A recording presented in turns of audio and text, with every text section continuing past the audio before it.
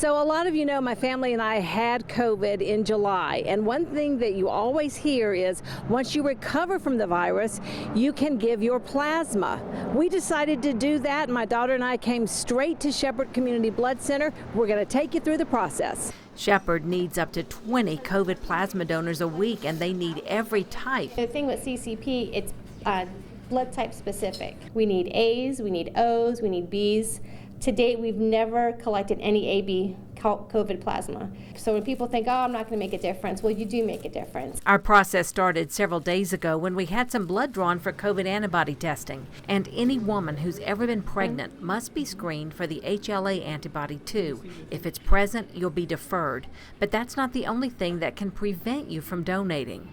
You know, the thing about being a blood donor, not everybody can do it. There's a lot of restrictions because we have to maintain the blood safety. That could be travel restrictions, that could be a medication restriction, a surgical restriction. In order to be a CCP donor, you have to first meet all those FDA regulations. I am permanently deferred because of travel restrictions, but my daughter Sky got the green light. They'll come into the center, they'll give me their paperwork of their positive test results. They'll donate plasma, we'll freeze it.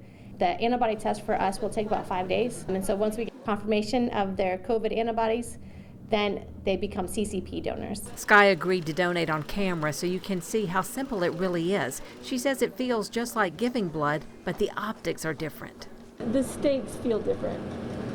The actual process of the needle in the arm, this feels the same, but the machine, very different. And that might make you a little bit nervous. Yeah, so I keep looking away. I'm so sorry. So when it says draw, I have to squeeze, and I want to keep it in the green. And then when it says return, I have to stop. You get your red cells back, you get your platelets back, you get your white cells back, and we just keep that plasma. So that process happens a couple of times until we fill the bags, and then you're done. And this is important. Once you are a CCP donor, you can give once a week for 4 weeks. Take 4 weeks off, then start the process again.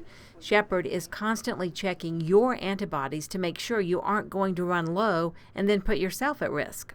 In order for us to label something as CCP, the FDA has said you have to maintain a certain amount of antibodies. And so we've already been doing that since day one. And so we would never collect CCP from someone and their antibodies drop. Right now there's so much fear and so much of protect yourself, protect your neighbor, you know, mask up everybody. But this is a way you can actively do something good. This really surprised me. Only about 5% of the population gives blood. And good news, tattoos are not necessarily a problem anymore. As for the convalescent plasma, you must show proof of your COVID diagnosis, be symptom-free for at least 14 days, and meet donor eligibility. You can call 706-737-4551 for more information or fill out the quick questionnaire on shepherdblood.org. They'll call you within a day.